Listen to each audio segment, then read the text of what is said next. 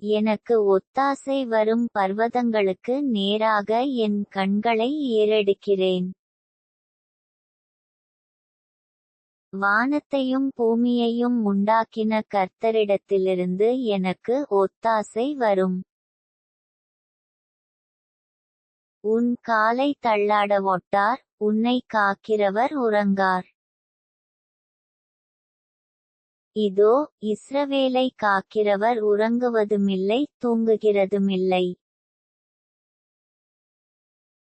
கர்த்தர் உன்னை காக்கிறவர், கர்த்தர் உன் வலதுபக்கத்திலே உனக்கு நிழலாயிருக்கிறார்.